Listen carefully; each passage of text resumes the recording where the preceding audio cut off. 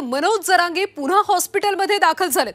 संभाजीनगरमधल्या हॉस्पिटलमध्ये ते दाखल झालेत। तब्येत अस्वस्थ वाटत असल्याने अंतरवालीचा दौरा टाळून ते परत संभाजीनगरमध्ये आलेत।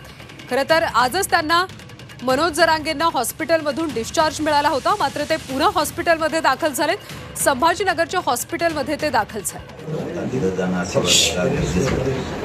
म्हणून गेलो, परंतु ते सगळं आंदोलन गेलं, पण नाही ते जमलं नाही, परंतु दर्शन घेतलं आणि पुन्हा ॲडमिट झालो।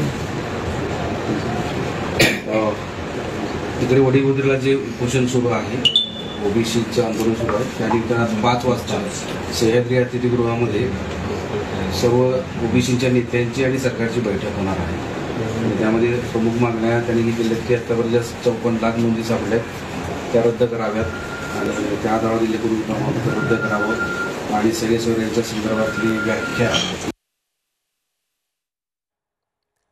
तर प्रकृती अचानक बिघडल्यामुळे आता पुन्हा मनोज जरांगे पाटील रुग्णालयात दाखल झाले।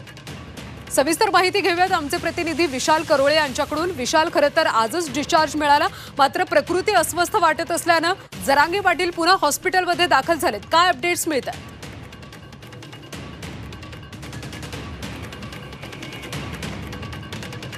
तर मनोज जरांगे पाटील पुन्हा हॉस्पिटलमध्ये दाखल झालेत। संभाजीनगरच्या हॉस्पिटलमध्ये ते तब्येत अस्वस्थ वाटत असल्याने दाखल झालेत।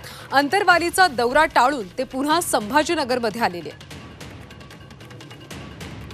मग मराठ्यांचं वाटोळं नाही करणार, मराठ्याचे नेते काय करणार? ते नेते सगळे तुटून पडले, मराठ्यांच्या ओरिजिनल नोंदी असून सुद्धा।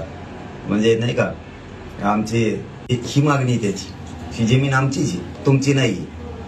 म्हणजे हे द्या दुपारा मराठ्यांच्या पोरांना औषध पाडण्याचा प्रकार आहे। म्हणजे आणि हे मराठ्यांचे नेते आमचे हे उघड्या डोळ्यानं बघणार आहेत। आता यांच्या डोळ्यावर जी मस्ती आलेली ना, ही आता उतरण सगळ्यांची। आणि त्यांची जर ही मागणी खरं दुखणंच आहे त्या येवल्यावाल्याचं, हे उपोषण करणारे, हे आंदोलन करणाऱ्याला नाही दोष देसाने, ह्यो लय दिवसाचा म्हणतोय या 57 लाख नोंदी रद्द करावं, लय दिवसाचा म्हणतोय, कारण याच्या पोटात एवढी आग होती।